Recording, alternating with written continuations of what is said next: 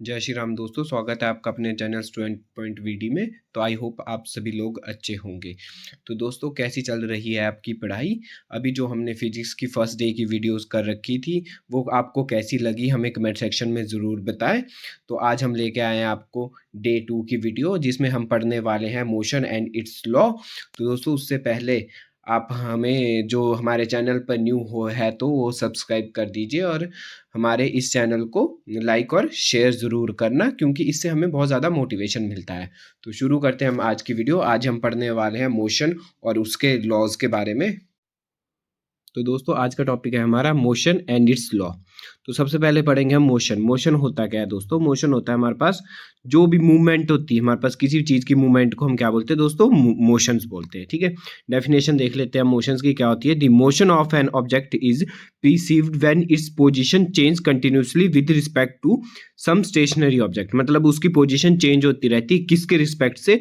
कोई वहाँ पे कोई सम स्टेशनरी ऑब्जेक्ट के रिस्पेक्ट में अगर उसकी पोजीशन टाइम से कंटिन्यूसली चेंज हो रही है, उसको क्या बोलते हैं हम दोस्तों? मोशन बोलते हैं। ठीक है, मोशन में क्या क्या चीजें आती है हमारे पास? Motion is described in term of, किस किस में डिस्क्राइब करते हैं हम इसको? डिस्प्लेसमेंट की टर्म में डिस्क्राइब करते, डिस्टेंस की टर्म में डिस्क्राइब करते, वेलोसिटी की टर्म में डिस्क्राइब करते, एक्सलेशन की टाइम एक्सलेशन में हम डिस्क्राइब करते हैं मोशन को, टाइम में डिस्क्राइब करते हैं और स्पीड में डिस्क्राइब करते हैं। किसको? इनको मोशंस को। किस किस में? Displacement, distance, velocity, acceleration, time and speed. तो सबसे पहले देखेंगे हम दोस्तों डिस्टेंस होता क्या है। तो डिस्टेंस क्या होता है हमारे पास? The total length of the actual path followed by an object. ध्यान से सुनना दोस्तों, डिस्टेंस और डिस्प्लेसमेंट में कंफ्यूजन भी रहता है। तो डिस्टेंस क्या होता है कि the total length of the actual path followed by an object. जो हमारी टोटल लेंथ होती है, जितना उसने पूरा टोटल फॉलो किया, एक्चुअल पाथ जितना वो ट्रैवल किया, उसको क्या बोलते हैं हम? डिस्टेंस बोलते हैं। ठीक है, डिस्टेंस क्या है हमारे पास? स्केलर क्वांटिटी है। ध्यान रखना दोस्तों, डिस्टेंस क्या है हमारे पास? स्केलर क्वांटिटी है। और स्केलर क्वांटिटी क्यों है? क्योंकि इसमें क्या है, सिर्फ ओनली क्या होता है? मैग्नीट्यूड होता है। क्या होता है? सिर्फ इसमें मैग्नीट्यूड होता है। ठीक है दोस्तों, इसमें डायरेक्शन नहीं होती। डिस्टेंस में क्या नहीं होती? डायरेक्शन नहीं होती। कई बार इस वे में भी क्वेश्चन को पूछ सकते हैं। आप सिर्फ ध्यान रखना ये स्केलर क्वांटिटी क्यों है, क्योंकि इसमें सिर्फ क्या है? मैग्नीट्यूड है। ठीक है, तो नेक्स्ट हमारे पास क्या है दोस्तों? डिस्प्लेसमेंट। डिस्प्लेसमेंट क्या बोलते हैं हम?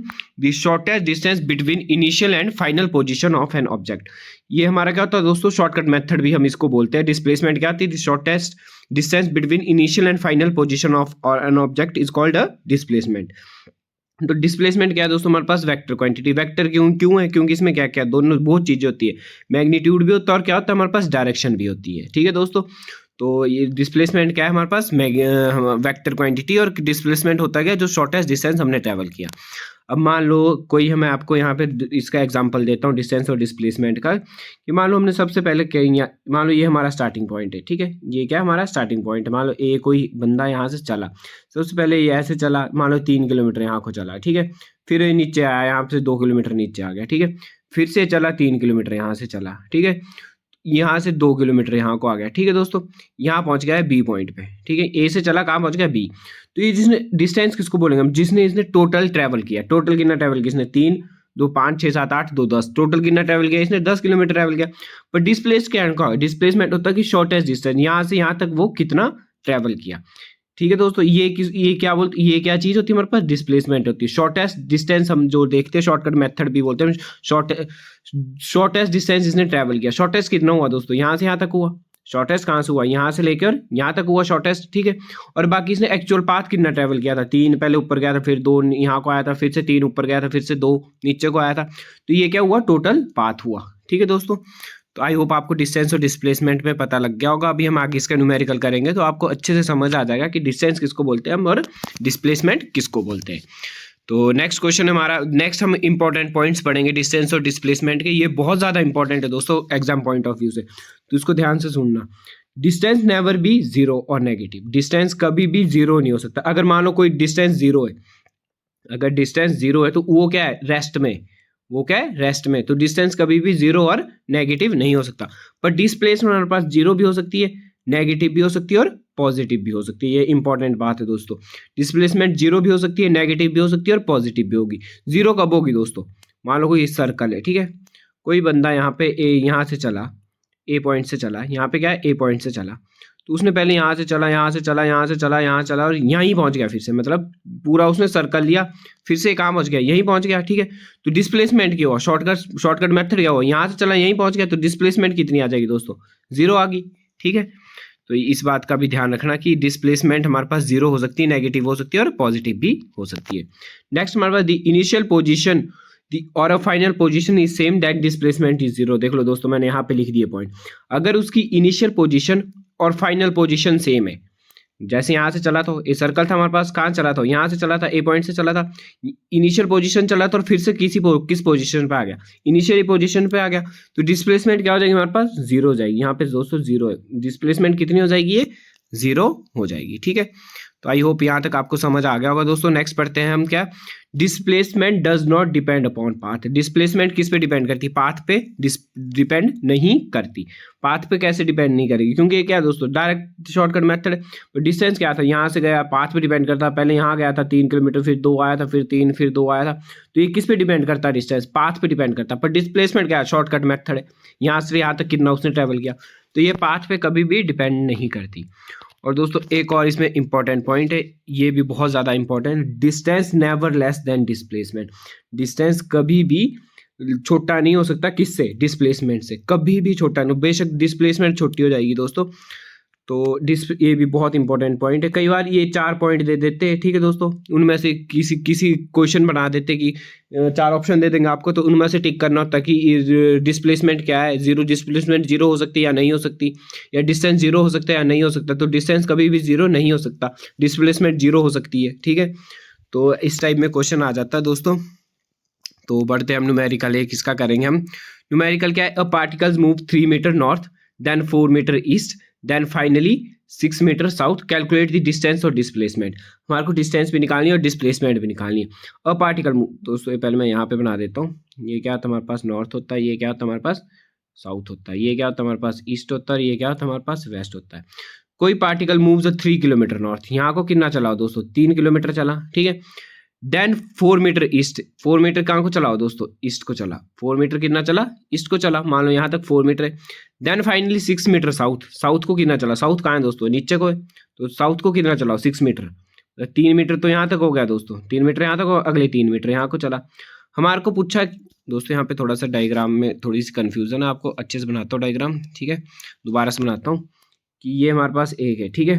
तो पहले वो दोस्तों कहाँ को चला, 3 मीटर कहाँ को चला, नॉर्थ को चला, तो नॉर्थ कहाँ को होता है, ऊपर को, कितना चला, 3, ठीक है। उसके बाद 4 मीटर ईस्ट को चला, ईस्ट कहाँ को होता है दोस्तों, यहाँ को चलता है, तो 4 मीटर कितना हुआ, ईस्ट को चला, यहाँ को चला। फिर उसके बाद फाइनली 6 मीटर साउथ, साउथ कहाँ है दोस्तों, यहाँ को साउथ होता है, तो 6 मीटर साउथ को चला, तो 3 तो यहाँ तक होगा, क्योंकि यहाँ के लिए 3 था, तो यहाँ तक 3 हो गया, 6 मीटर बोला, तो 3 और चलेगा नीचे को, ठीक है दोस्तों, 3 ही चलेगा नीचे को। अब बोला हमारे को डिस्टेंस और डिस्प्लेसमेंट दोनों निकालनी है।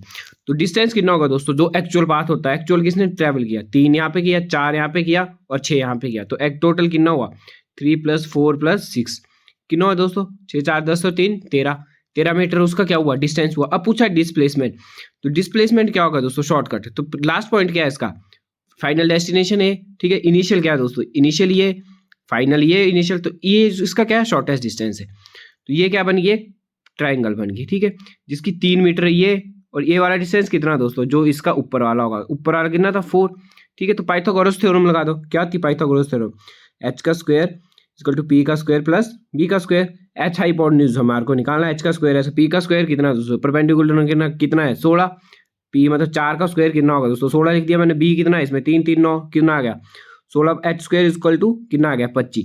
यहाँ पे स्क्वायर है, इसको स्क्वायर को जब हटाएंगे तो यहाँ पर जाके अंडर रूट बन जाता है, तो h कितना आ जाएगा हमारे पास 5। तो शॉर्टेस्ट डिस्टेंस कितना है 5, मतलब डिस्प्लेसमेंट कितनी आएगी दोस्तों, डिस्प्लेसमेंट आएगी इसकी 5। तो कई बार ऐसा न्यूमेरिकल आ जाता है दोस्तों। तो आई होप आपको ये न्यूमेरिकल अच्छे से समझ आ गया होगा। तो बढ़ते हैं हम नेक्स्ट टॉपिक की तरफ। नेक्स्ट टॉपिक हमारा uniform motion in equal interval of time, ठीक है। तो यूनिफॉर्म मोशन क्या होता है, यूनिफॉर्म मोशन होता है दोस्तों equal distance and equal interval of time. अगर कोई इक्वल डिस्टेंस कर रहा है, कितना इक्वल इंटरवल ऑफ टाइम में कर रहा है, तो उसको क्या बोलते हैं हम दोस्तों, यूनिफॉर्म मोशन बोलते हैं। जैसे फॉर एग्जांपल दोस्तों, एग्जांपल के साथ आपको समझाता हूँ कि मान लो कोई गाड़ी है, ठीक है, वो क्या चल रही है, 60 किलोमीटर चल रही है, 60 किलोमीटर चल रही है, कितने में, 1 घंटे में चल रही है। कोई गाड़ी 7 किलोमीटर एक घंटे में चल रही है, तो ये क्या होगा, एक मिनट में कितनी चली दोस्तों, एक मिनट में कितनी चली। अब मान लो 60 किलोमीटर कितने में चल रही है, एक घंटे में चल रही है, ठीक है। अगले दूसरे घंटे में वो कितनी चलेगी, 60 किलोमीटर चलेगी। अगले दूसरे घंटे में कितनी चली हो, नेक्स्ट दूसरे घंटे में कितनी चली, 60 किलोमीटर चली। अगले दूसरे घंटे में कितनी चलेगी, 60 किलोमीटर चलेगी, ठीक है। तो ये क्या कि हर एक घंटे में वो कितनी चलेगी, 60 किलोमीटर ही चल रही है। तो इक्वल डिस्टेंस ट्रेवल कर रही है कितने, इक्वल इंटरवल ऑफ टाइम में, तो उसको क्या बोलते हैं हम दोस्तों, यूनिफॉर्म मोशन बोलते हैं, ठीक है। अब नेक्स्ट हमारे पास non uniform motion. Non uniform motion क्या होता है, when an object travel unequal distance in equal interval of time. ये याद रखना दोस्तों कि अनइक्वल डिस्टेंस करती पर अनइक्वल इंटरवल ऑफ टाइम नहीं, इक्वल इंटरवल ऑफ टाइम में। कई बार यहाँ पे इससे क्वेश्चन बना देते दोस्तों, तो थोड़ा सा कंफ्यूजन आ जाता है यहाँ पर कि व्हेन ऑब्जेक्ट, दोबारा से रिपीट करता हूँ, when an object travels unequal distance in equal interval of time. अगर वो अनइक्वल डिस्टेंस ट्रेवल करी कितने में, इक्वल इंटरवल ऑफ टाइम में, उसको क्या बोलते हैं हम, नॉन यूनिफॉर्म मोशन बोलते हैं।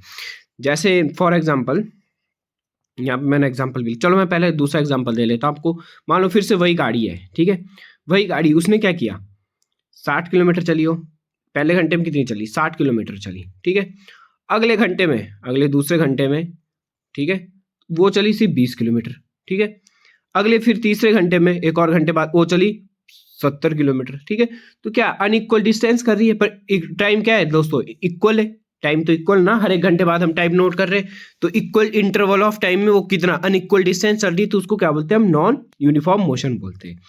जैसे for example, a car cover 60 kilometre in every 1 hour but not 1 kilometre in every minute, ठीक है। तो दोस्तों इसको मैं समझाता हूँ आपको, क्या मैं कहना चाह रहा हूँ इस एग्जाम्पल से, कि कार ने क्या किया, वो चली तो कवर उसमें कितना गया, 60 किलोमीटर कर रही हो एवरी घंटे में, ठीक है।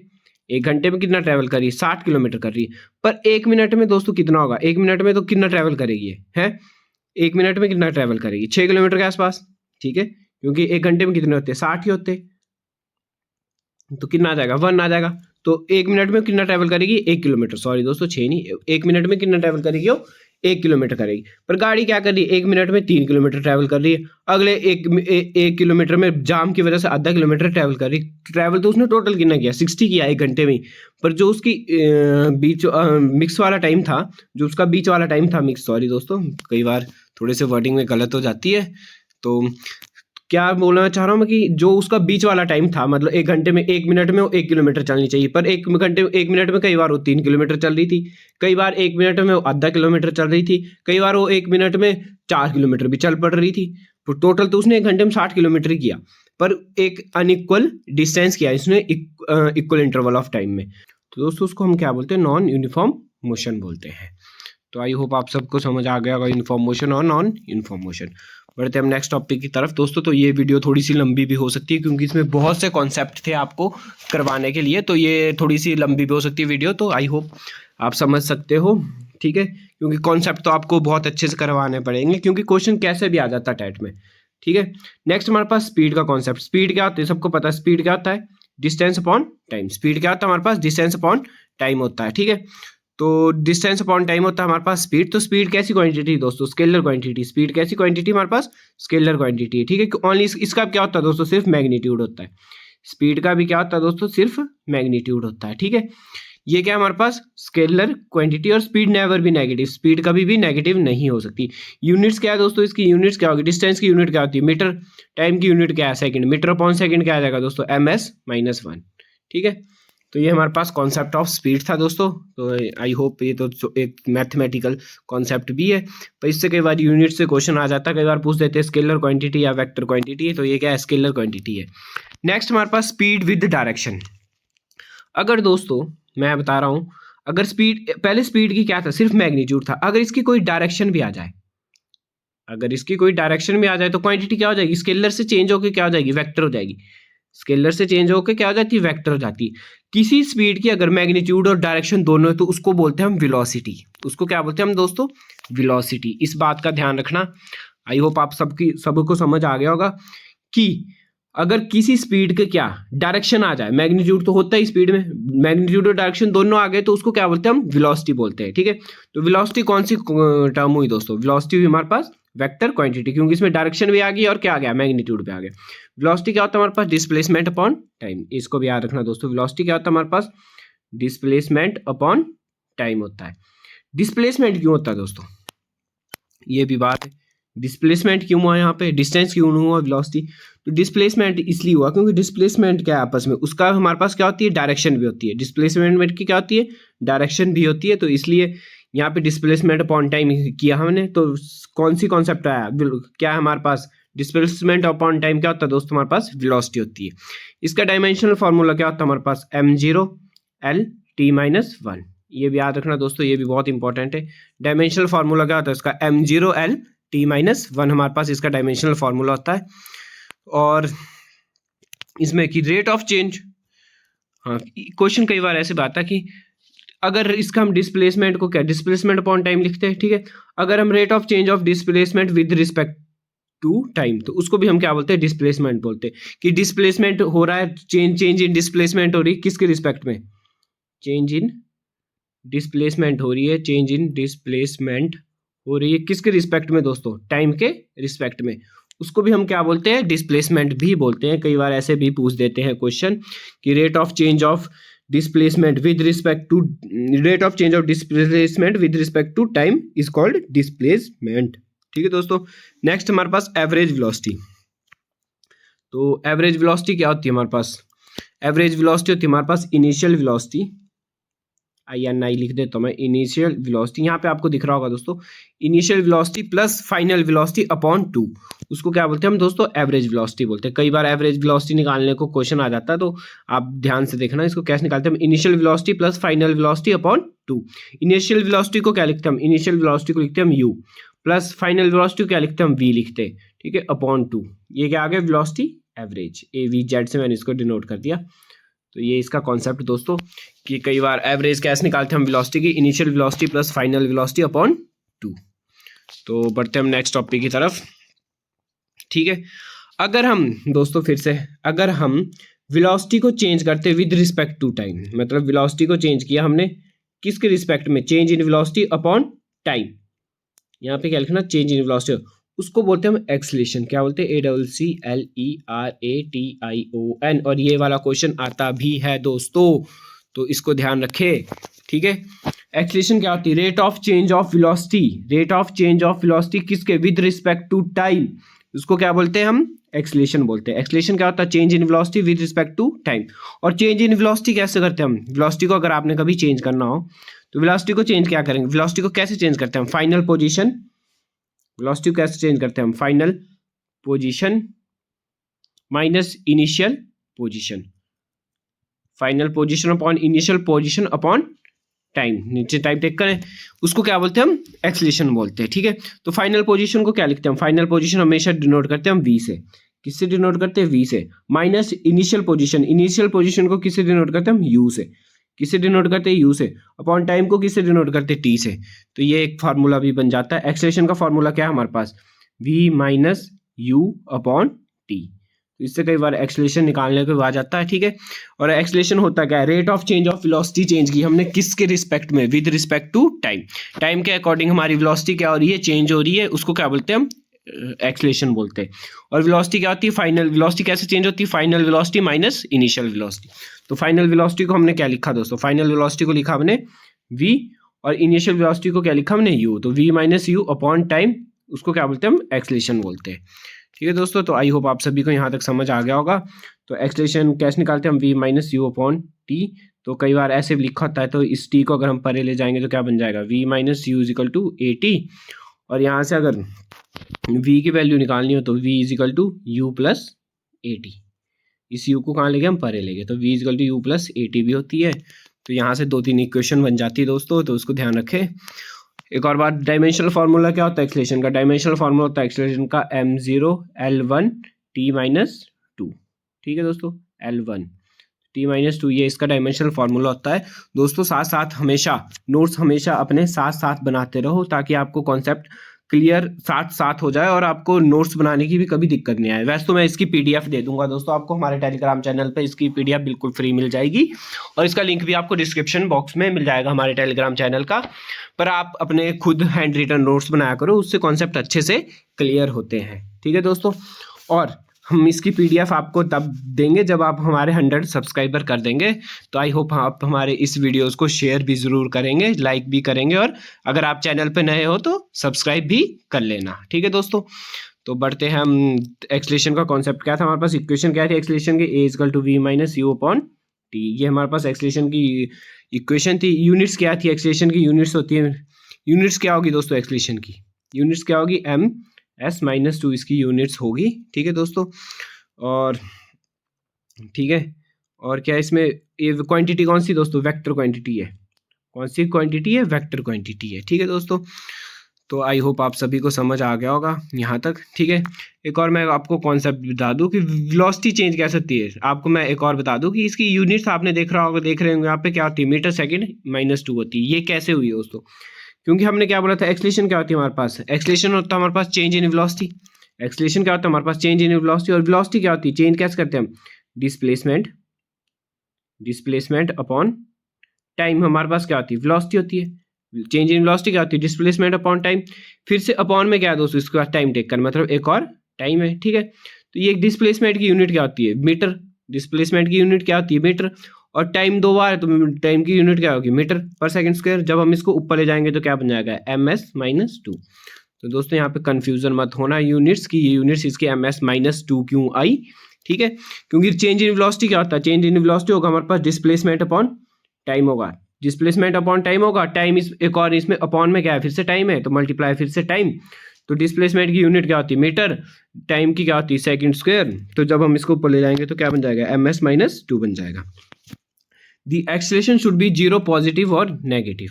एक्सलेशन हमारा जीरो भी हो सकता है, पॉजिटिव भी हो सकता है और नेगेटिव भी हो सकता है। ये मैं बताऊंगा कैसे हो सकता है दोस्तों। तो सबसे पहले देखेंगे हम कि एक्सलेशन जीरो कैसे होता है। ठीक है, when a body along a straight line with uniform velocity then acceleration is zero. ठीक है, तो एक्सलेशन जीरो कैसे होगा मैं बताता हूँ। इक्वेशन क्या थी, v minus u upon t, ये इक्वेशन थी कि जब कोई बॉडी स्ट्रेट लाइन में जा रही है, स्ट्रेट लाइन में जा रही है तो एक यूनिफॉर्म मोशन में जा रही है, तो उसकी final velocity minus initial velocity थी। तो अगर वो यूनिफॉर्म मोशन में तो फाइनल वेलोसिटी कितनी होगी, जितनी फाइनल वेलोसिटी होगी उतनी क्या होगी, इनिशियल वेलोसिटी होगी, क्योंकि वेलोसिटी जितनी फाइनल वेलोसिटी होगी उतनी क्या होगी, इनिशियल वेलोसिटी होगी, क्योंकि वो क्या है, यूनिफॉर्म मोशन में। ठीक है, तो अगर v की वैल्यू 2 है तो अगर u की वैल्यू कितनी आएगी, फिर 2 ही आएगी अपॉन टी, 2 0 अपॉन टी आ जाएगा, तो मतलब 0 आ जाएगा। तो डिस्प्लेस एक्सलेशन क्या आ जाएगा हमारे पास, 0 आ जाएगी।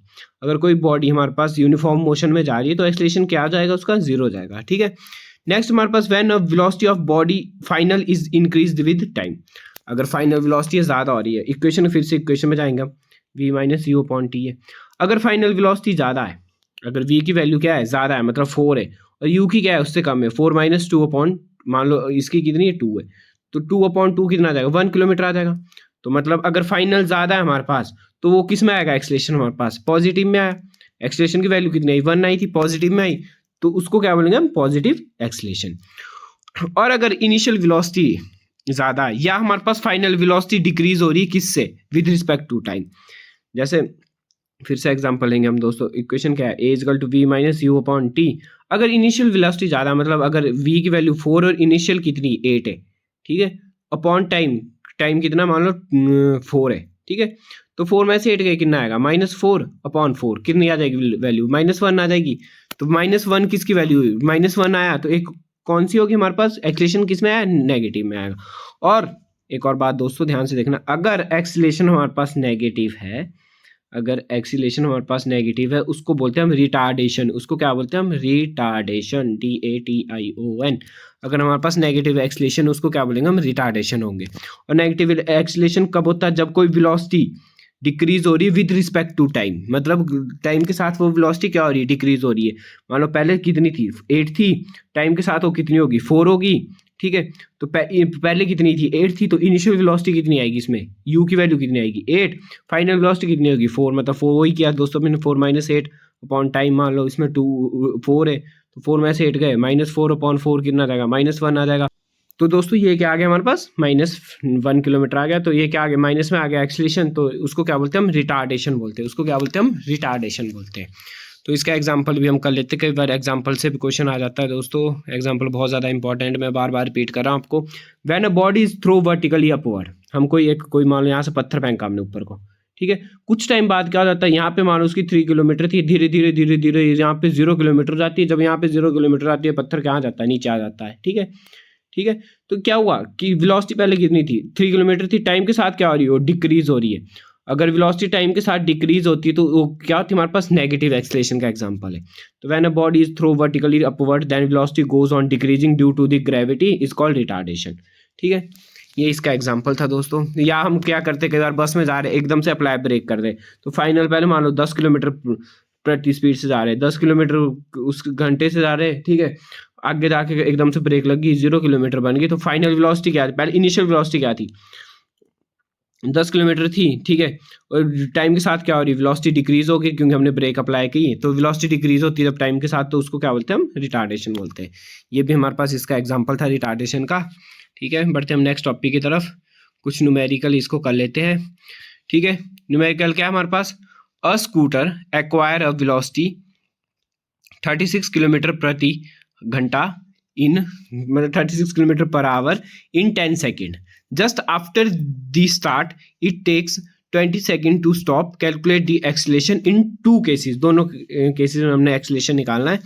तो क्या है दोस्तों, पहले क्या है, initial velocity, scooter acquire velocity 36 kilometre, scooter ने क्या की, एक वेलोसिटी एक्वायर की कि 36 किलोमीटर की वेलोसिटी से वो चल पड़ा। तो इनिशियल वेलोसिटी कितनी हुई दोस्तों, पहले उस रेस्ट पे था, एकदम से किसकी वेलोसिटी में चला, 36 किलोमीटर की वेलोसिटी में चला, तो इनिशियल वेलोसिटी कितनी थी, 0, ठीक है। फाइनल वेलोसिटी कितनी आई, v की वैल्यू कितनी आएगी, 36 kilometre in 10 second after the start, मतलब स्टार्ट से, जब वो स्टार्ट से चला था तो उसने 0 की इनिशियल वेलोसिटी, फाइनल वेलोसिटी कितनी है 36 किलोमीटर, टाइम कितना आ गया 10 सेकेंड में, ठीक है। तो इसका हमने क्या निकालना, पहले दोस्तों इसको 36 किलोमीटर को हम कन्वर्ट कर लेते हैं किस में, मीटर पर सेकंड में। तो 36 को जब हम मीटर पर सेकंड में कन्वर्ट करेंगे तो 36 किलोमीटर 1000 आवर को उसमें सेकंड में, ये हो गया मिनट, मल्टीप्लाई फिर से 60 करेंगे तो किस में आ जाएगा, सेकंड में आ जाएगा, ठीक है दोस्तों। ये तो एक सिंपल सा कॉन्सेप्ट है, ये तो आप कर लोगे, 6 6 36, तो 1 आ गया, तो कितनी आ गई, 10 बच गया यहाँ पे, तो 10 मीटर पर सेकंड आ गई, ठीक है दोस्तों। ये तो मैथ का कॉन्सेप्ट है, ठीक है। तो 10 मीटर पर सेकंड आ गई, हमने क्या किया, 36 किलोमीटर को चेंज कर दिया किस में, किस में किया, मीटर पर सेकंड में। या तो एक और कॉन्सेप्ट आपको जनरल से याद दिला दूं कि जब भी किलोमीटर से हम क्या बनाते हैं, 36 किलोमीटर प्रति घंटा है, तो जब भी हम किलोमीटर से क्या बनाएंगे, मीटर पर सेकंड बनाएंगे, ठीक है। किलोमीटर से मीटर पर सेकंड बनाएंगे तो इसको डिवाइड मल्टीप्लाई करना आपने 5/18 से, 36 को किससे मल्टीप्लाई करना है, हमेशा 5/18 से, क्योंकि हम क्या किलोमीटर से चेंज करें किस में, मीटर में, तो 18 2 जा 36, 5 2 जा 10, ठीक है। और अगर आप मीटर से अगर आप मीटर से क्या बना रहे हैं, किलोमीटर बनाएंगे तो किससे मल्टीप्लाई करना, 18/5 से मल्टीप्लाई करना, उस चीज को किससे मल्टीप्लाई करना, 18/5 से मल्टीप्लाई करना। ऐसे भी आप इसकी ये वैल्यू निकाल सकते हैं। तो अब हम सीधे कॉन्सेप्ट पे आते हैं। एक्सेलरेशन क्या होती है, v minus u upon t, ठीक है। v कितना है इसमें, फाइनल वेलोसिटी कितनी आई हमारे पास 10, इनिशियल कितनी थी 0, टाइम कितना लिया इसने 10, तो 10 मल्टीप्लाई 10 में से 0 गए 10, तो 10 में से 10 गए 1 आ गया, ठीक है। तो 1 किलोमीटर एक्सेलरेशन कितना आएगा 1, यूनिट क्या होती है एक्सेलरेशन की दोस्तों, यूनिट क्या होती है, मीटर सेकेंड माइनस 2, ठीक है। तो ये हमारे पास एक्सेलरेशन आ गया। अब इन्होंने बोला दूसरे केस में क्या हुआ कि उसने it takes 20 second to stop, ठीक है। तो मतलब वो क्या हो गया, 20 सेकेंड लिए उसने स्टॉप होने में, ठीक है। तो इसमें इनिशियल वेलोसिटी बन गई अब कितनी, 36 किलोमीटर, इनिशियल वेलोसिटी कितनी बनेगी, मतलब यू की वैल्यू कितनी बनेगी इसमें अब 36 किलोमीटर बनेगी। और उस स्टॉप हो गया तो v की वैल्यू कितनी आ गई हमारे पास, 0 आ गई, रिटार्डेशन हो गया, ठीक है। v की वैल्यू क्या आ गई हमारे पास, 0 आ गई, टाइम कितना दिया, अब कितने देर में स्टॉप हुआ, 20 सेकंड में हुआ। भर दो फार्मूले में फिर से, ठीक है दोस्तों। फार्मूला क्या है इसका, a equal to v minus u upon t, ठीक है। v की वैल्यू कितनी थी हमारे पास, v की वैल्यू कितनी थी, इनिशियल कितनी थी, फाइनल कितनी थी 0, इनिशियल कितनी ली थी हमने 36, अपॉन टाइम कितना लिया था 20 सेकेंड, तो कितना आ गया है हमारे पास, ये आ गया हमारे पास, सॉरी दोस्तों यहाँ पे कुछ यहाँ थोड़ा सा मैं काट देता हूँ, ठीक है। तो ये मैंने गलत कर दिया यहाँ पे, ठीक है दोस्तों। तो आपको यहाँ पे निकाल दूँ, ये कितने आ गया -36 कितना आ गया दोस्तों, -36/2 आ जाएगा। ठीक है, -36/2 आ जाएगा तो कितना आ जाएगा, -18 के आसपास। दोस्तों यहाँ गलत हो गया, -18 मीटर पर सेकंड। ठीक है, तो डिस्प्लेसमेंट की वैल्यू ये क्या होगा, माइनस में वैल्यू आई तो क्या होगा दोस्तों, रिटार्डेशन होगी। क्या होगा यहाँ पे, रिटार्डेशन होगी। ठीक है, तो आई होप आप सभी को समझ आ गया होगा दोस्तों यहाँ तक। ठीक है, तो बढ़ते हम नेक्स्ट कॉन्सेप्ट की तरफ। नेक्स्ट कॉन्सेप्ट हमारा ग्राफिकल रिप्रेजेंटेशन। ग्राफिकल रिप्रेजेंटेशन किसकी, यूनिफॉर्म मोशन की क्या ग्राफिकल रिप्रेजेंटेशन होती है। ठीक है, तो अगर डिस्टेंस टाइम ग्राफ में निकालना हो, डिस्टेंस और टाइम में अगर ग्राफ निकालना हो तो ऐसे स्ट्रेट लाइन बनती है। ठीक है, और अगर स्पीड और टाइम में निकालना हो तो दोस्तों ये स्ट्रेट लाइन कैसे बनती है हमारे पास, ये बनती है ऐसे, ऐसे स्ट्रेट लाइन। ठीक है, तो कई बार ऐसा क्वेश्चन वैसे दिखानी अभी तक देखने को आया नहीं है टैट पे, पर आप एक बार फिर से भी ध्यान रखना कि अगर डिस्टेंस टाइम में पूछा होगा तो ग्राफ बनेगा ऐसे। ठीक है, और अगर स्पीड और टाइम में पूछा होगा तो ग्राफ बनेगा ऐसे। ठीक है दोस्तों, और हाँ, जो यूनिफॉर्म मोशन का स्लोप निकालते हैं वो क्या होता है, हमेशा टेंजेंट थीटा होता है। यूनिफॉर्म का जब भी हम स्लोप निकालते हैं वो किसके बराबर होता है, टेंजेंट थीटा के बराबर होता है। ठीक है दोस्तों, ये भी बहुत ज़्यादा इंपॉर्टेंट है। ठीक है, क्वेश्चन आया तो नहीं है पर आने के चांस है। ठीक है, तो यूनिफॉर्म मोशन की आपको ग्राफिकल रिप्रेजेंटेशन मैंने बता दी। बढ़ते हैं हम नेक्स्ट टॉपिक की तरफ। तो नेक्स्ट टॉपिक है हमारा क्या, इक्वेशन ऑफ मोशन। ये तो बहुत ज़्यादा इंपॉर्टेंट क्वेश्चन है, इससे न्यूमेरिकल आता ही आता है दोस्तों। तो हम 3 इक्वेशन पढ़ेंगे इसमें यूनिफॉर्म की। ठीक है, पहली इक्वेशन हमारे पास किसमें दोस्तों, वेलोसिटी और टाइम के बीच रिलेशन में। पहली इक्वेशन क्या है हमारे पास, वेलोसिटी और टाइम के रिलेशनशिप में। तो इक्वेशन क्या है हमारे पास, इक्वेशन हमारे पास v = u + at। ये अभी अभी हमने कर भी रखी थी दोस्तों। ये कौन सी इक्वेशन है, एक्सलेशन ही वाली इक्वेशन, v - u/t था दोस्तों। इस t को परे लेके क्या बन गया है, ठीक है, ये बन गया हमारे पास v - u = at। अब इस u को परे ले जाएंगे तो क्या बन जाएगा, v वैसे ही रहेगा, at + u, उसी को इन्होंने ऐसे लिखा u + at। तो ये कौन सी, एक्सलेशन की भी हमारे पास इक्वेशन है। इसलिए एक्सलेशन होता क्या है दोस्तों, rate of change of velocity with respect to time. इसलिए इसको कौन से रिलेशन बोलते हैं हम, वेलोसिटी टाइम रिलेशनशिप भी बोलते हैं। इसको कौन सा रिलेशनशिप बोलते हैं, वेलोसिटी टाइम रिलेशनशिप भी बोलते हैं। इसमें से v क्या होता है हमारे पास, v होता है हमारे पास फाइनल वेलोसिटी, v क्या होता है फाइनल वेलोसिटी, और u क्या होता है हमारे पास, इनिशियल वेलोसिटी। तो ये आपको पता है दोस्तों। तो नेक्स्ट हम इक्वेशन पढ़ लेंगे। नेक्स्ट इक्वेशन हमारे पास, equation of position time relationship. Position और टाइम के बीच जो इक्वेशन है, रिलेशनशिप है, उसकी इक्वेशन क्या है, s = ut + ½ at²। तो दोस्तों यहाँ मैं डेरिवेशन आपको नहीं कराऊंगा क्योंकि डेरिवेशन नहीं पूछते, ये इक्वेशन आपको याद होनी चाहिए दोस्तों, इससे न्यूमेरिकल आता है।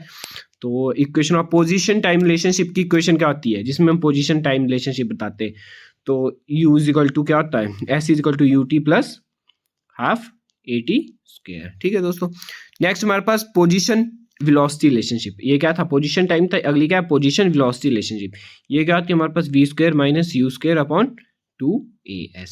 ठीक है दोस्तों, तो ये 3 इक्वेशन बड़ी इंपॉर्टेंट है, इसको अपने साथ आप कॉपी में लिख लो, इससे न्यूमेरिकल आता है। हम यहाँ पे न्यूमेरिकल भी कुछ सॉल्व करेंगे जिससे आपको ये कॉन्सेप्ट अच्छे से समझ आएगा।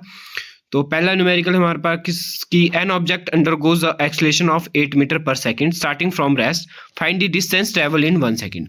तो सिंपल सा न्यूमेरिकल है दोस्तों, न्यूमेरिकल से कभी नहीं घबराना होता है।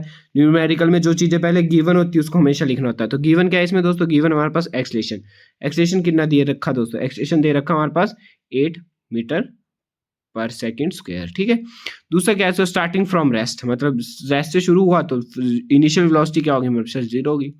डिस्टेंस ट्रेवल, डिस्टेंस कितना ट्रेवल किया उसने, 1 सेकंड, मतलब टाइम कितना दिया, 1 सेकंड दिया। ठीक है दोस्तों, हमारे को क्या निकालना, फाइंड दी डिस्टेंस निकालना। तो डिस्टेंस को हम डिनोट करते हैं हमेशा s से, तो s की वाली इक्वेशन इसमें लगेगी। तो s वाली इक्वेशन कौन सी थी दोस्तों, डिस्टेंस वाली इक्वेशन लगेगी, s = ut + ½ at²। तो s = u की वैल्यू 0, टाइम कितना दोस्तों 1, तो 1 = 0, 0 हो जाएगा, प्लस ½ एक्सेलरेशन की वैल्यू क्या है, +½ एक्सेलरेशन की वैल्यू क्या है 8, टाइम कितना दोस्तों 1 का स्क्वायर, तो 1 ही आ जाएगा। ठीक है दोस्तों, तो इक्वेशन बन जाएगी 0 + ½ 8। ठीक है, तो इससे काट जाएंगे तो 4 आ जाएगा। तो डिस्टेंस कितना ट्रैवल किया इसने, 4 मीटर ट्रैवल किया। ठीक है। तो आई होप आपको ये न्यूमेरिकल आ गया होगा, सिंपल सा न्यूमेरिकल था। पहले जो गिवन होता है उसे लिख लेना चाहिए हमेशा, ताकि आपको न्यूमेरिकल पता चल जाए कि इसमें कौन सा फार्मूला लगाना है दोस्तों। नेक्स्ट हमारे पास a moving train is brought to a rest with in 20 second by applying brakes. इसने क्या किया, अप्लाई की ब्रेक्स, ठीक है। Find the initial velocity, initial velocity निकालनी मतलब यू निकालना है। If the retardation due to the brake, तो ब्रेक की वजह से due to the brake in 2 metre per second. तो दोस्तों कई बार यूनिट से आपको पता चल जाता है कि इसमें ये क्या दे रखा है, इन्होंने बोला 2 मीटर पर सेकेंड, ठीक है। तो ये क्या होगा दोस्तों, एक्सलेशन होगा, ए कितना होगा इसमें 2 मीटर पर 2 मीटर पर सेकेंड, ठीक है। इन find the initial velocity, you हमारे को फाइंड आउट करना है। टाइम कितना दिया है, टी दिया हमारे पास कितना 20 सेकेंड, ठीक है। और a moving train is brought at rest with in 20 second by applying a brakes, ठीक है। तो इसमें v की वैल्यू कितनी आ गई हमारे पास, 0 आ जाएगी, ठीक है। तो क्या निकालना हमारे को, इनिशियल वेलोसिटी निकालनी है। u इजिकल टू, इक्वेशन क्या होती है दोस्तों, v is equal to u plus A T होती है। अभी निकाली हमारा एक्सलेशन की इक्वेशन, ठीक है। हमारे को u निकालना है, तो u को ऐसे रहने देंगे, तो ये क्या बन जाएगी, v माइनस ए टी बन जाएगी। क्या बन जाएगी, v माइनस ए टी बन जाएगी। तो u ऐसी रहेगा, v की वैल्यू क्या आ जाएगी हमारे पास, v की वैल्यू कितनी थी, 0 थी, ठीक है। माइनस एक्सलेशन की वैल्यू कितनी थी, 2 थी। पर इसमें रिटार्डेशन हुई, रिटार्डेशन में हमेशा क्या लेते हैं, एक्सलेशन भी नेगेटिव में लेते हैं, तो -2 ही लेंगे, क्योंकि एक्सलेशन क्या होता है, रिटार्डेशन में एक्सलेशन की वैल्यू क्या होती है, नेगेटिव होती है। इसलिए हमने 2 के साथ क्या लगाया, माइनस नेगेटिव लगाया। टाइम कितना दिया दोस्तों, 20 दिया है, ठीक है। तो यू की वैल्यू कितनी आ जाएगी, माइनस माइनस प्लस आ जाएगा, तो 40 आ जाएगी दोस्तों। तो यू की वैल्यू कितनी है हमारे पास, 40 metre per second. Initial velocity कितनी आएगी, 40 मीटर पर सेकेंड आ गई दोस्तों। तो आई होप आपको ये वाला न्यूमेरिकल भी समझ आ गया, अगर सिंपल सा न्यूमेरिकल था, टाइम दे रखा था, एक्सलेशन हमेशा, हाँ बस ये याद रखना कि अगर रिटार्डेशन होती है, क्या होती है, अगर रिटार्डेशन होती है तो एक्सलेशन की वैल्यू हमेशा क्या आएगी, नेगेटिव आएगी। एक्सलेशन की वैल्यू क्या लिखते हैं हम, नेगेटिव लिखते थे। ये क्वेश्चन में नहीं दे रखे होंगे कभी भी दोस्तों कि नेगेटिव होगी दे रखी, इसको आपको खुद माइनस लगाना पड़ेगा क्योंकि रिटार्डेशन हुई है। तो बढ़ते हैं हम नेक्स्ट टॉपिक की तरफ। नेक्स्ट हम पढ़ने वाले हैं लॉज ऑफ मोशंस। ये भी बहुत ज़्यादा इंपॉर्टेंट टॉपिक है हमारा, लॉज ऑफ मोशंस का। तो लॉज ऑफ मोशन क्या बोलते हैं, फोर्स कैसे चेंज होती है दोस्तों, फोर्स चेंज होती है। फोर्स क्या क्या चेंज करती है, हमने पिछली डे 1 वाली वीडियोस में देख रखा था दोस्तों। फोर्स में क्या क्या चेंज होता है दोस्तों, फोर्स चेंज करती है हमारे पास डायरेक्शन, क्या क्या चेंज करती है हमारे पास, डायरेक्शन चेंज करती है, ठीक है। और मैग्नीट्यूड और वेलोसिटी चेंज करती है, शेप और साइज चेंज करती है दोस्तों। ये हमने डे 1 वाली वीडियो में देख रखा था कि फोर्स क्या क्या करती है, ठीक है। तो लॉज ऑफ मोशन किसने दे रखे थे दोस्तों, ये तो आपको पता ही होगा। आप, मैंने यहाँ पे लिखा नहीं है, आप मेरे को कमेंट बॉक्स में आंसर देना, लॉज ऑफ मोशन किसने दे रखे हैं हमारे, ठीक है। तो पहले हम पढ़ते हैं first law of motion. First law of motion क्या बोलता है हमारे को दोस्तों, an object remain in a state of rest और uniform motion in a straight line unless completely to change that state by applying force, ठीक है दोस्तों। हिंदी में बोले तो इसका सिंपल सा मतलब है कि जो हमारा फर्स्ट लॉ है वो बोलता है कि अगर आपकी कोई भी चीज़ स्टेट या तो रेस्ट में, तो वो तब तक रेस्ट में ही रहेगी जब तक आप उस पर कोई एक्सटर्नल फोर्स नहीं लगाते हो। या कोई चीज़ अगर आप यूनिफॉर्म मोशन में है तो वो तब तक यूनिफॉर्म मोशन में ही रहेगी जब तक आप उससे कोई एक्सटर्नल फोर्स देके उसको रोकना नहीं चाहोगे। ये हमारा फर्स्ट लॉ बोलता है, ठीक है। मान लो कोई ये ऑब्जेक्ट है, ये कोई ऑब्जेक्ट है, ठीक है। ये रेस्ट भी रहेगा जब तक आप इस पर फोर्स नहीं लगाओगे, मतलब कोई एक्सटर्नल फोर्स नहीं लगाओगे तब तक ये रेस्ट में ही रहेगा। और मान लो ये कोई मूव कर रहा है, तो ये तब तक मूव करता रहेगा जब तक आप इसमें कोई एक्सटर्नल फोर्स नहीं लगाओगे, ठीक है। तो दोस्तों ये न्यूटन ने ये बिल्कुल कॉपी किया था हमारे पास इनर्शिया ऑफ लॉ से, ठीक है। तो इनर्शिया, ये फर्स्ट लॉ हमारे पास किस पे बेस है, इनर्शिया एट रेस्ट पे बेस है। ये भी याद रखना दोस्तों, कई बार ऐसे भी क्वेश्चन पूछ देते हैं। लॉज ऑफ मोशन का फर्स्ट लॉ किस पे बेस है हमारे पास, इनर्शिया पे बेस है। और इनर्शिया, लॉ ऑफ इनर्शिया किसने दिया था दोस्तों, ये भी पूछ देते। लॉ ऑफ इनर्शिया दिया था हमारे पास गैलीलो गैली ने, GALILIO गैलीलो गैली, GALILIES। तो स्पेलिंग देख लेना दोस्तों, स्पेलिंग तो मेरी वैसे ही बहुत गलत है, हो जाती है। तो फर्स्ट लॉ क्या बोलता है हमारे पास, ये किस पे बेस है हमारे पास, इनर्शिया पे बेस से बोलता है कि अगर कोई चीज़ हमारे पास यूनिफॉर्म मोशन में है तो वो तब तक यूनिफॉर्म मोशन में ही रहेगी जब तक हम उस पर कोई एक्सटर्नल ब्रेक या कुछ एक्सटर्नल फोर्स नहीं लगाते, या कोई चीज़ रेस्ट पे तो वो तब तक रेस्ट पे रहेगी जब तक हम उस पर कोई एक्सटर्नल फोर्स नहीं लगाते। ठीक है, यही सेम चीज़ दोस्तों गैलीली ने बोल रखी थी अपने लॉ ऑफ इनर्शिया पे, वहीं से कॉपी किया था हमारे न्यूटन जी ने। ठीक है, वही बात थोड़ी सी मॉडिफिकेशन से न्यूटन ने कॉपी कर दी थी। दूसरी बात दोस्तों, इसमें कोई भी कॉन्सेप्ट एक्सलेशन हमेशा क्या रहेगा, जीरो रहेगा। ये भी याद क्वेश्चन पूछ देते, एक्सलेशन इसमें क्या रहेगा, हमेशा लॉ फर्स्ट लॉ में जीरो रहेगा। क्यों जीरो रहेगा दोस्तों, या तो कोई चीज रेस्ट पे, अगर रेस्ट पे तो एक्सलेशन जाहिर सी बात है क्या रहेगा, जीरो पे।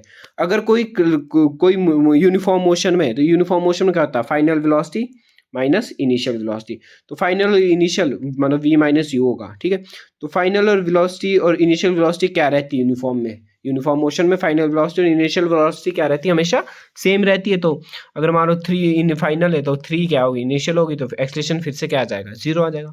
ठीक है, इसमें एक्सलेशन की वैल्यू हमेशा क्या रहती है, जीरो ही रहती है।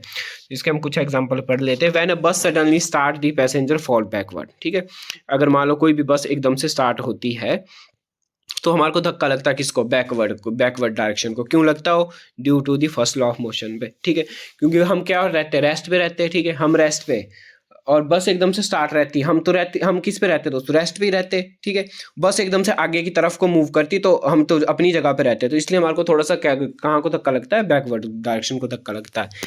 या आपने देख रखा होगा दोस्तों कि 10 पार्टिकल किसी मैट पे 10 पार्टिकल्स लगे होते हैं। ठीक है, तो आप जब उसको बीटन करते हो, पीटते हो, तो वो क्या रहे, एकदम से क्या होते हैं, 10 पार्टिकल झड़ने शुरू हो जाते हैं। वो क्यों हो जाता है दोस्तों, क्योंकि आपने क्या किया, आपने जब उस पर पीटा उसको या बीटन किया, तो क्या होगा, जो आपकी कारपेट थी, जो भी आपकी 10 पार्टिकल वाली कारपेट थी, वो क्या आ गई, एकदम से मोशन में आ गई, और 10 पार्टिकल रेस्ट में रह गए। तो जैसे वो मोशन में आ गई, वो साइड को हट गई। ठीक है, और जो 10 पार्टिकल थे वो अपनी पोजीशन पे रहे, इसलिए हमारे को उससे धूल झड़ती दिखाई देती है। ठीक है, या एक और कॉन्सेप्ट दोस्तों, आप चलती बस से निकलते हो, तो ऐसे निकलना तो नहीं चाहिए दोस्तों। ठीक है, चलती बस से कभी भी जंप नहीं करते, पर अगर कई होते हैं जो चलती बस से उतरने की कोशिश करते हैं, तो उसमें भी क्या होता है दोस्तों, हमारे को फॉरवर्ड की तरफ को धक्का लगता है। फॉरवर्ड की डायरेक्शन की तरफ को क्यों धक्का लगता है, क्योंकि दोस्तों मान लो ये कोई बस है। ठीक है, वो मेरी ड्राइंग, आज फिर से ड्राइंग पे बात आ गई दोस्तों। टी टी, ये हमारी कोई बस है। ठीक है, गाड़ी है दोस्तों, बस अड्डे पर है। ठीक है, गाड़ी लग रही है देखने से। अगर आप यहाँ से उतरते हो कि गाड़ी किस साइड को जा रही है, इस डायरेक्शन को जा रही है, गाड़ी इस डायरेक्शन को जा रही है, तो आप दोस्तों क्या कर रहे हैं, आपने एकदम से उतर रहे हो। ठीक है, तो हमारे को हम एकदम से मोशन पे थे, पहले हम इसी डायरेक्शन की मोशन पे थे, तो आपको जैसे आप एकदम से रेस्ट में आने की कोशिश करते हो, तो आप उसी तरफ को डायरेक्शन हमारे को धक्का लगता है, फॉरवर्ड डायरेक्शन को ही धक्का लगता है। ठीक है, ये किसकी वजह से लगता है दोस्तों, फर्स्ट लॉ ऑफ मोशन की वजह से ही लगता है। ठीक है, या आप कई बार क्या करते हैं, पेड़ हिलाते फ्रूट गिर जाते। ठीक है, पेड़ हिलाते पानी गिर जाता है उससे, जब बारिश हुई होती है, वो भी क्या होता है दोस्तों, क्योंकि जो पानी होता है या फ्रूट्स होते हैं वो क्या होते हैं, एकदम से रेस्ट पोजीशन में होते हैं। आपने पेड़ हिलाया, वो पेड़ तो मोशन में आ गया, जो फ्रूट्स थे वो रेस्ट में आ गए, तो इसलिए वो अपनी पोजीशन, वहां से पेड़ साइड को चल गया, फ्रूट्स वहां से टूट के आपकी झोली में पड़ गए। ठीक है, बहुत से एग्जाम्पल दे दिए मैंने फर्स्ट लॉ के, बढ़ते हम सेकंड लॉ की तरफ। दोस्तों ये थोड़ी सी वीडियो लंबी हो जाएगी। ठीक है, तो आई होप आप इस वीडियो को भी लाइक और शेयर ज़रूर करेंगे, और नए हो चैनल पे तो सब्सक्राइब ज़रूर करना। हम आपके लिए बहुत ज़्यादा मेहनत करते हैं इन वीडियोस के लिए, क्योंकि पूरी हमारे को एनसीईआरटीज़ पढ़नी पड़ती है, पूरा एनसीईआरटी के कॉन्सेप्ट पढ़ने पड़ते हैं, और हमारे को सिलेबस भी 25 डेज़ में ही कवर करवाना है, तो इसलिए थोड़ी मेहनत ज़्यादा है दोस्तों। तो आप हमारी इस मेहनत के लिए लाइक और सब्सक्राइब ज़रूर करें चैनल को, और अपने दोस्तों तक भी ज़रूर पहुँचाएँ। तो बढ़ते हैं हम नेक्स्ट टॉपिक की तरफ। नेक्स्ट हमारे पास सेकंड लॉ ऑफ मोशन। तो सेकंड लॉ ऑफ मोशन क्या बोलता है, according to this law the force on a body is directly proportional to the rate of change of the linear momentum. ठीक है, तो ये तो दोस्तों मैथमेटिकल कॉन्सेप्ट है कि फोर्स किस पे डायरेक्टली प्रोपोर्शनल होती है, फोर्स डायरेक्टली प्रोपोर्शनल किसकी, rate of change of linear momentum. Linear momentum क्या होता है, पी। ठीक है, लीनियर मोमेंटम किससे डिनोट करते हैं, पी से डिनोट करते हैं। ठीक है, अगर उसका चेंज बोलेंगे तो स्मॉल डी लगा देंगे, D P upon change with respect to time. तो ये हमारे पास क्या बोलता है, ये हमारे पास सेकंड लॉ है कि force is directly proportional to change of linear momentum with respect to time. ठीक है, तो force is directly proportional to change of linear momentum with respect to time, ठीक है। अब पी की वैल्यू क्या होती है, पी होता है हमारे पास लीनियर मोमेंटम, तो पी की वैल्यू क्या होती है हमारे पास दोस्तों, एम वी होती है, यहाँ पे मैंने लिखा भी है। और लीनियर मोमेंटम का दोस्तों डायमेंशनल फॉर्मूला क्या होता है, m1 L1 T-1, ठीक है। तो अब हम इस p की वैल्यू कहाँ भर देते हैं दोस्तों, यहाँ भर देंगे, मतलब f is directly proportional to dp था, यहाँ क्या लिख लिया हमने, mv लिख लिया, p क्योंकि p किसके बराबर था, mv के बराबर था, तो p की वैल्यू क्या लिख ली, mv/dt लिख ली, ठीक है दोस्तों।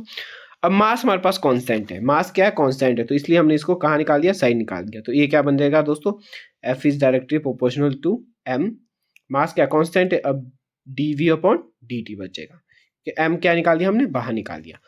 और दोस्तों ये बहुत ज़्यादा इंपॉर्टेंट है हमारा कि dv/dt क्या होता है, dv/dt क्या है, rate of change of velocity with respect to time. वो क्या होता है दोस्तों, rate of change of velocity with respect to time क्या होता है, अभी अभी पढ़ा था हमने, क्या होता है दोस्तों, अगर वेलोसिटी चेंज हो रही है विद रिस्पेक्ट टू टाइम, उसको क्या बोलते हैं हम, एक्सलेशन बोलते हैं। तो ये क्या बन जाएगा हमारे पास, f is directly proportional to m, dv/dt था, dv/dt था, इसको क्या बोलते हैं हम, एक्सलेशन बोलते हैं। तो ये क्या बन जाएगा, एम ए, ठीक है। जब हम इसका कांस्टेंट हटाएंगे तो एफ के लगा देंगे, मतलब एफ इज इक्वल टू के एम ए, ठीक है। और अगर के की वैल्यू हमारे पास कांस्टेंट की वैल्यू 1 है तो एफ किसके बराबर हो जाएगा, F is equal to M A. यही हमारे पास फोर्स की डेफिनेशन भी थी, हमने कल वाली वीडियो में पढ़ रखी थी ना, फोर्स की डेफिनेशन क्या थी, F is equal to M A, mass into acceleration, ठीक है। तो हमारे पास सेकंड लॉ ऑफ मोशन ने क्या बताया हमारे पास दोस्तों, सेकंड लॉ ऑफ मोशन ने बताया हमारे पास कि ये हमारे पास फोर्स और एक्सलेशन की भी बात करता है, फोर्स को भी डिस्क्राइब करता है, कौन सा हमारे पास, Newton second law of motion, ठीक है। इसमें हमारे पास एक्सलेशन की भी बात हुई दोस्तों, इसमें किसकी बात हुई, एक्सलेशन की बात हुई और फोर्स की भी बात हुई। और फोर्स की यूनिट क्या होती है दोस्तों, हमने अपनी फर्स्ट डे वाली वीडियो में कर रखा था, फोर्स की यूनिट क्या होती है हमारे पास, न्यूटन होती है, ठीक है। और न्यूटन को कैसे लिखते हैं, एम को क्या लिखते हैं हम, किलोग्राम, एक्सलेशन की यूनिट क्या होती है, ms-2, तो क्या बन गया, kg/-2, ठीक है दोस्तों। तो इसको भी ध्यान रखें, ठीक है। डायमेंशनल फार्मूला क्या होता है लीनियर मोमेंटम का, n1L1T-1, ठीक है। और जो इसका डायमेंशन, एक और दोस्तों एक और बात ध्यान रखना, लीनियर मोमेंटम और इम्पल्स का डायमेंशनल फार्मूला क्या रहता है दोस्तों, सेम रहता है। कई बार ये क्वेश्चन भी बहुत बार मैंने देखा है पेपर में, टैट के पेपर में आए हुए कि हमारे पास लीनियर मोमेंटम और इम्पल्स का डायमेंशनल फार्मूला क्या है दोस्तों, सेम है। इम्पल्स का डायमेंशनल फार्मूला क्या होता है, m1L1T-1, इम्पल्स हमने डे 1 वाली वीडियोस में कर रखा था। तो आई होप आपको सेकंड लॉ भी समझ आ गया होगा। बढ़ते हम थर्ड लॉ की तरफ। थर्ड लॉ तो आपको पता क्या होता है दोस्तों, थर्ड लॉ तो हमारे पास every reaction there is equal and opposite reaction, ठीक है। कोई भी रिएक्शन इक्वल और ऑपोजिट पे होता है। अगर मैं आपको चांटा मारूंगा, ठीक है दोस्तों, वैसे मैं कभी मारूंगा नहीं, पर अगर आपको मैं कभी चांटा मारूंगा तो क्या, जितने आपके गाल को दर्द लगेगी उतनी मेरे हाथ को दर्द लगेगी। पर आप तो बोलेंगे यार चांटा तो बहुत जोर से पड़ा था, आपको तो लगी नहीं इतनी दर्द। पर ये दोस्तों क्योंकि हमारे को जो हमारा फेस होता है, स्किन होती है, फेस की स्किन वो ज़्यादा फील करती है, इसलिए हमारे को वहाँ पर ज़्यादा दर्द होती है, ठीक है दोस्तों। और मेरे हाथ को कम दर्द होती है। पर एवरी रिएक्शन क्या होता है दोस्तों, there is equal and opposite होता है। मैं आपको चांटा मारूंगा, आप भी मेरे दूसरे गाल पे चांटा मार दोगे, तो क्या है, इक्वल एंड ऑपोजिट रिएक्शन है, ठीक है दोस्तों।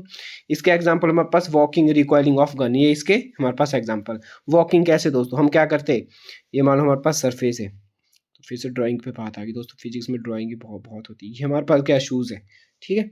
तो हमने क्या किया, यहाँ पे इसको प्रेस करते, ठीक है, तो एक्शन किया हमने, इसको प्रेस किया, इस जो सरफेस ने हमारे को ऊपर को प्रेस कर, ऊपर की तरफ इस वाली डायरेक्शन को क्या कर दिया, हमारे को अपोजिट फोर्स लगा दी। हमने इसके नीचे को फोर्स लगाई, सरफेस से क्या ऊपरली साइड को फोर्स लगाई, इसलिए every reaction there is equal and opposite reaction. तो इसलिए वॉकिंग भी हमारे पास किसका एग्जाम्पल है, Newton third law of motion का एग्जाम्पल।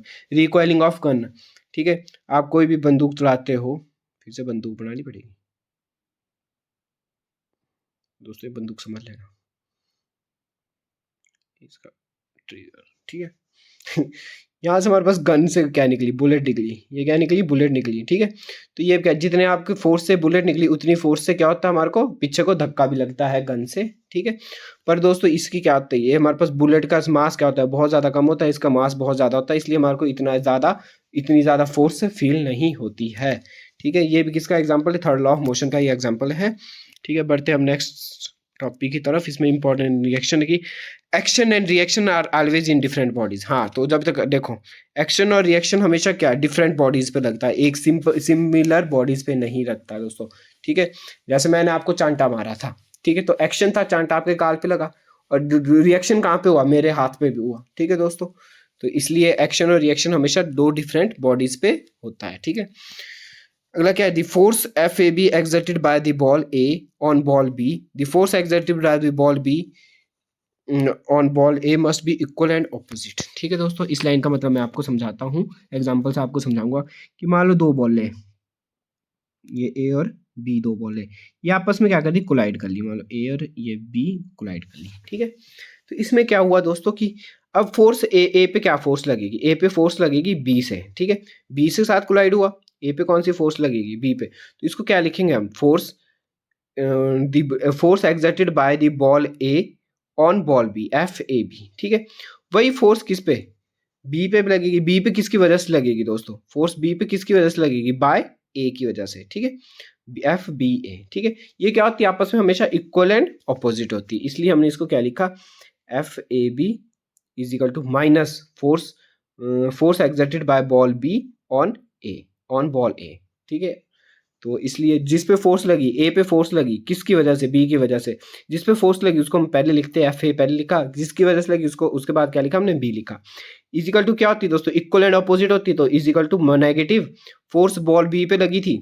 ठीक है, इस वाली बॉल पे लगी थी बी पे, तो किसकी वजह से लगी थी, ए की वजह से लगी थी, इसलिए हमने क्या लिखा, एफ बी ए लिखा। ठीक है, इक्वल एंड ऑपोजिट होती है, ऑपोजिट होती है, इसलिए हमने क्या लिखा, नेगेटिव साइन लगा दिया। ठीक है, ये कॉन्सेप्ट भी कई बार जरूरी है, पूछ देते हैं।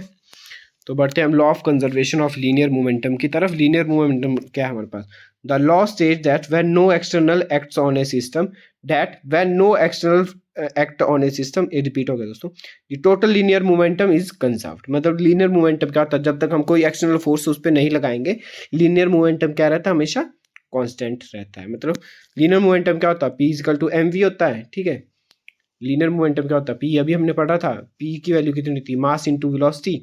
ठीक है, ये हमेशा क्या रहती है, कांस्टेंट रहती है, अगर उस पर कोई भी एक्सटर्नल फोर्स नहीं लगाते हैं। तो यही हमारा law of conservation of linear momentum बोलता है।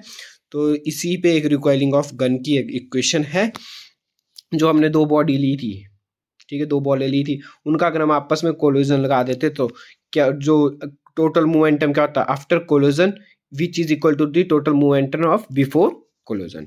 तो आफ्टर कोलिजन की वैल्यू हम एम वी वन से डिनोट करते हैं, तो M one we one plus M two we two, which is equal to किसके बराबर, बिफोर कोलिजन। तो बिफोर कोलिजन पे वेलोसिटी क्या होती है, यू होती है। ठीक है, इनिशियल क्या होती है, यू होती है, तो M one U one which is equal to M two U two. ठीक है, और अगर हमारे पास इनिशियल वेलोसिटी जीरो हो जाए, मतलब u की वैल्यू क्या हो जाए, जीरो हो जाए, तो u, अगर इसकी वैल्यू u की वैल्यू जीरो हो जाएंगे तो मास से मल्टीप्लाई करेंगे तो जीरो ही आएगा, अगर जीरो को किसी से मल्टीप्लाई करते हैं तो जीरो आता है। तो इक्वेशन क्या बन जाती है हमारे पास, m one we one plus M two we two which is equal to zero. अगर यहाँ से हमारे को वी टू की वैल्यू निकालेंगे तो कैसे निकालेंगे हम, एम टू वी टू ऐसे ही रहेगा, ए पर चल जाएगा, क्या बन जाएगा, minus M one we one, यहाँ से वी टू की वैल्यू निकालनी, तो ये एम टू यहाँ से कट के कहाँ चल जाएगा, अपॉन में चल जाएगा एम टू। ठीक है, यहाँ से हमारे पास किसकी वैल्यू आ गई, वी टू की वैल्यू आ गई। इस इक्वेशन को हम क्या बोलते हैं दोस्तों, इस इक्वेशन को क्या बोलते हैं हम, वी टू क्या थी, minus M one we one upon M two. इस इक्वेशन को हम बोलते हैं रिकॉइलिंग ऑफ गन भी बोलते हैं, रिकॉइलिंग ऑफ इक्वेशन भी बोलते हैं इस इक्वेशन को। तो ये इक्वेशन भी आपने याद रखना दोस्तों। ये कब बनती है, जब हमारे पास टोटल मोमेंटम, इनिशियल वेलोसिटी क्या रहती है, हमेशा जीरो रहती है। तो एक न्यूमेरिकल हम इसका भी कर लेते हैं दोस्तों। तो न्यूमेरिकल हमारे पास, और 10 gram bullet in a shot from 5 kilogram gun with velocity of 400 metre per second, what is the speed of recoiling of gun. तो रिकॉइलिंग ऑफ गन वाली आ गई। ठीक है दोस्तों, इक्वेशन आपको अभी अभी बता के हटा मैं। तो इनिशियल वेलोसिटी कितनी, इस बार bullet is 10 gram in shot, bullet चली तो विद वेलोसिटी, बुलेट चली कितने 400 मीटर पर सेकंड पे। पहले क्या थी, बुलेट की वेलोसिटी जीरो थी, तो इसको क्या यू की वैल्यू क्या थी, जीरो थी। ठीक है, तो अगर u की वैल्यू जीरो थी तो इक्वेशन क्या बन जाती है हमारे पास, m one we one plus M two we two which is equal to zero. ठीक है, ये हमारे पास इक्वेशन बन जाती है। ठीक है, अब हम इस पे जो जो चीज़ें दे रखी है वो लिखेंगे हम। 10 ग्राम क्या दिया, बुलेट का मास दिया है, तो एम वन कितना दिया हमारे पास, 10 ग्राम दे रखा है। 5 ग्राम किसका मास दे रखा गन का, तो एम टू कितना दिया रखा हमारे पास, 5 kg दे रखा, kg दे रखा है। ठीक है। और ये कितना ग्राम में, तो इसको 10 को हम अगर चेंज करेंगे केजी में तो कितना आ जाएगा हमारे पास 10/1000। एक से कट गई तो 1/100 कितना होता है हमारे पास 10⁻², भी लिख सकते हैं इसको। ठीक है, तो 10⁻² क्या आ गया, ग्राम आ गया। m1 की वैल्यू क्या आ गई 10⁻² किलोग्राम आ गया। 10 ग्राम को हमने चेंज कर दिया किस में, केजी में। ठीक है, यहाँ मैंने कर रखा दोस्तों, ये देख लो। ठीक है, तो ये कितना था 10/100 आ जाता है। एक से एक जीरो कट गई 1/100। 1/100 को हम 0.01 भी लिख सकते हैं, या आप इसको 10⁻² भी लिख सकते हैं। ठीक है, जैसे आपको ठीक लगे दोस्तों। तो m2 कितना दे रखा था 5 kg। वेलोसिटी कितनी दे रखी है 400। v1 की वैल्यू कितनी दे रखी है 400 मीटर पर सेकंड दे रखी है। निकालना क्या हमारे को, v2 की वैल्यू निकाली। Find the speed of recoiling of gun. ठीक है, तो क्या इक्वेशन थी, v2 की इक्वेशन क्या अभी अभी निकाल के हटे थे, -m1v1/m2। बस वैल्यू भर देनी। m1 की वैल्यू कितनी है 0.01, माइनस भी लगाना दोस्तों साथ में, -0.01 मल्टीप्लाई v1 की वैल्यू कितनी है 400/m2 की वैल्यू कितनी थी 5। ठीक है, तो इसका आंसर आ जाएगा हमारे पास दोस्तों, कितना आ जाएगा माइनस, कितना आ गया दोस्तों इसका सॉल्व करके आंसर -0.8 मीटर पर सेकेंड। ठीक है दोस्तों, तो इसको सॉल्व कर लेना, वीडियो बहुत ज़्यादा लंबी हो जाएगी इसलिए मैंने यहाँ पे सॉल्व नहीं करवाया आपको। ठीक है, बढ़ते हैं हम अपने मोस्ट इंपॉर्टेंट क्वेश्चन की तरफ। हर बार हम वीडियो के एंड पे सबसे ज़्यादा इंपॉर्टेंट क्वेश्चन करते हैं, जो बहुत ज़्यादा इंपॉर्टेंट होते हैं या प्रीवियस ईयर में आए हुए क्वेश्चन हम इस पे रिवाइज करते हैं कि इस कॉन्सेप्ट से क्या क्या क्वेश्चन बन सकते हैं या क्या क्या क्वेश्चन आए हुए हैं। तो दोस्तों हम बहुत मेहनत करते हैं आपके लिए, तो हमारी इस वीडियोज़ के लिए लाइक और सब्सक्राइब चैनल को ज़रूर करें। ठीक है दोस्तों, और अपने दोस्तों तक शेयर भी करें। अगर हमारे 100 सब्सक्राइबर हो गए तो हम इसके सारे PDF आपको हमारे टेलीग्राम चैनल पर बिल्कुल फ्री मिल जाएंगे, और जितने भी हमने पेपर सॉल्व कर रहे हैं उनकी PDF भी आपको हमारे टेलीग्राम पर बिल्कुल फ्री मिल जाएगी। बस आप हमारे इस चैनल को शेयर और सब्सक्राइब जरूर करें। ठीक है दोस्तों, तो पढ़ते हैं मोस्ट इंपॉर्टेंट क्वेश्चन की तरफ। मोस्ट इंपॉर्टेंट क्वेश्चन क्या है हमारा, principle of conservation of linear momentum is deduced from. ये भी दोस्तों बहुत इंपॉर्टेंट क्वेश्चन है कि जो हमारे पास लीनियर मोमेंटम का प्रिंसिपल है वो किस पे बेस पे, फर्स्ट लॉ पे बेस पे, सेकंड पे, थर्ड पे, तो नन ऑफ दीज। तो इसका आंसर क्या है दोस्तों, किस पे लीनियर मोमेंटम, किस पे बेस हमारे पास, थर्ड लॉ ऑफ मोशन पे बेस है। ठीक है, नेक्स्ट क्वेश्चन हमारे पास, the force of action and reaction are always equal and opposite. ये थर्ड लॉ ऑफ लॉ क्या था हमारे पास, the action the every reaction is equal and opposite. तो इसका क्या होना था, ऑलवेज इक्वल एंड ऑपोजिट। ठीक है, ऑप्शन नंबर बी इसका राइट आंसर होना था। The mass of a body is doubled when what happens its to acceleration. अगर हम मास ऑफ बॉडी को क्या कर देते, डबल कर देते, तो एक्सलेशन पे क्या फर्क पड़ेगा, बताओ जल्दी दोस्तों सोचो, इसका आंसर क्या होगा, एक्सलेशन पे क्या फर्क पड़ेगा। इक्वेशन लिखो पहले फोर्स की। फोर्स की इक्वेशन क्या आती है, force is equal to ma। ठीक है, यहाँ से आप इसको एक्सलेशन की यूनिट निकाल दो। एक्सलेशन कितना आ जाएगा, ये m इसके नीचे चल जाएगा F/m। अगर हम किसको, मास को डबल कर देते, मतलब इसको डबल कर देते, तो ये क्या है, इनवर्सली प्रोपोर्शनल पे, ये क्या है, इनवर्सली है। ठीक है, तो A इक्वल टू F/m है। तो अगर हम मास को डबल कर लेंगे, तो अगर मास डबल होगा तो एक्सलेशन क्या होगा, कम होगा, क्योंकि क्या है, आपस में इनवर्सली प्रोपोर्शनल पे। ठीक है, अगर एक्सलेशन ज़्यादा हो जाएगा तो मास क्या हो जाएगा, कम हो जाएगा। तो अगर हमने मास को डबल कर दिया, मतलब 2x कर दिया इसको, तो एक्सलेशन क्या हो जाएगा, उतना ही कम हो जाता है, मतलब हाफ हो जाएगा। ठीक है, तो क्या होना था इसका आंसर, ऑप्शन नंबर बी इसका आंसर होना था। बढ़ते हैं हम नेक्स्ट क्वेश्चन की तरफ। नेक्स्ट क्वेश्चन हमारे पास क्या, the negative acceleration is called. Negative acceleration को क्या बोलते हैं हम दोस्तों, रिटार्डेशन बोलते हैं। ये तो मैंने अभी बहुत अच्छे से आपको बताया था कि नेगेटिव एक्सलेशन कब होता है, जब v माइनस यू में किसकी वैल्यू ज़्यादा होती है, u की वैल्यू ज़्यादा होती है। इनिशियल वेलोसिटी जब भी ज़्यादा होगी या फाइनल वेलोसिटी डिक्रीज कर रही है टाइम के साथ, तो उसको क्या बोलते हैं हम, नेगेटिव एक्सलेशन बोलते हैं, रिटार्डेशन बोलते हैं। तो नेक्स्ट क्वेश्चन हमारे पास न्यूमेरिकल है। न्यूमेरिकल क्या है, a bullet of mass is 20 gram in horizontal fired with a velocity of 150 metre per second from a pistol of 2 kg, what is the required velocity. तो हमारे पास मास दे रखा है दोस्तों, मास कितना दे रखा है, मास दे रखा है 20 ग्राम। ठीक है, और वेलोसिटी दे रखी है हमारे पास कितनी, 150 मीटर पर सेकेंड। ठीक है, पिस्टल ऑफ 2 kg। ठीक है, तो इसमें m1 की वैल्यू 20 ग्राम, m2 की वैल्यू कितनी है 2 kg। तो आप चेंज कर सकते हैं इसको, 2 kg को किस में चेंज करेंगे, चेंज कर देंगे इसको ग्राम में, तो 2 अपॉन कितना आ जाएगा 1000 आ जाएगा, तो इसकी वैल्यू कितनी आ जाएगी 0.002 आ जाएगी। ठीक है, तो इसको आप आंसर करेंगे, ठीक है। कमेंट बॉक्स में आप इसका मेरे को आंसर बताएंगे, ठीक है। कैसे इसको इक्वेशन मैं आपको बता देता हूँ, V2 is equal to minus M1 V1 upon M2, ठीक है। तो दोस्तों अगर यहाँ पे देखना है 2 kg दे रखा है, ठीक है दोस्तों, तो इसको चेंज कर लेना आप। किस में चेंज करेंगे आप दोस्तों, इसको चेंज करना, ठीक है। 20 ग्राम को चेंज करो, 20 ग्राम को चेंज करेंगे आप किस में, ठीक है। किलोग्राम में तो 20/1000 आ जाएगा, कितना आ जाएगा 0.02 kg आ जाएगा, ठीक है। अब इक्वेशन भर देनी है आपने, ठीक है। V2 क्या था हमारे पास, minus M1 V1 upon M2 था, ठीक है। तो M1 की वैल्यू कितनी आ जाएगी हमारे पास, 0.02 आ जाएगी। वेलोसिटी की वैल्यू कितनी है, 150 दे रखी है, अपॉन इसकी M2 की वैल्यू कितनी 2 है, ठीक है। तो बस इसको सॉल्व करके आपने बताना इसका आंसर कितना आएगा दोस्तों।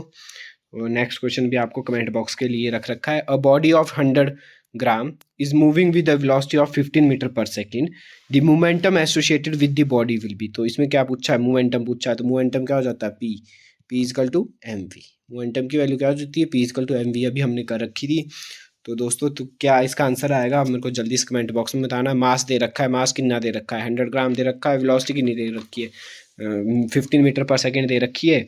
तो बस वैल्यू भरनी है और आपने आंसर बता देना है दोस्तों। इसका ऑप्शन दे रखूँ आपको, मैं ऑप्शन दे दूँ, ऑप्शन दे देता हूँ दोस्तों।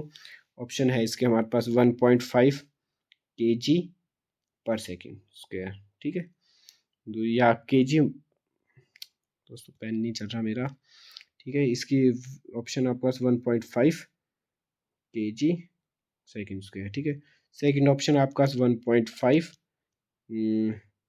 kg मीटर पर सेकेंड, ठीक है दोस्तों। थर्ड ऑप्शन आपका 2.5 kg मीटर पर सेकेंड, ठीक है। और लास्ट ऑप्शन आपका 3.2 न्यूटन सेकेंड, ठीक है। तो आपने आंसर देना ये। और ये दोनों क्वेश्चन दोस्तों पेपर में आया HP टेट में, इसे ऐसे हल्के में मत लेना दोस्तों, वहाँ से आपको ये क्वेश्चन ला रखे मैंने। दोनों क्वेश्चन आपको HP टेट के पेपर प्रीवियस ईयर पेपर में मिल जाएंगे। तो दोस्तों यहाँ पे आज की वीडियो हमारी ख़त्म होती है। अगर आपको वीडियो अच्छी लगी हो तो लाइक करना, चैनल पर न्यू हो तो क्या करना दोस्तों, सब्सक्राइब करना। ऐसे ही आपको फिजिक्स के हर एक टॉपिक आपको मैं पढ़ाता जाऊँगा। और वीडियो कैसी लगी हमें ज़रा कमेंट बॉक्स में ज़रूर बताना दोस्तों, इससे हमारे को मोटिवेशन मिलता है। अगर आप हमारी वीडियोज़ को पे कमेंट करते हो दोस्तों, तो हमें पता चलता है कि हमारा रिस्पॉन्स कितना है। तो दोस्तों thanks for watching this video.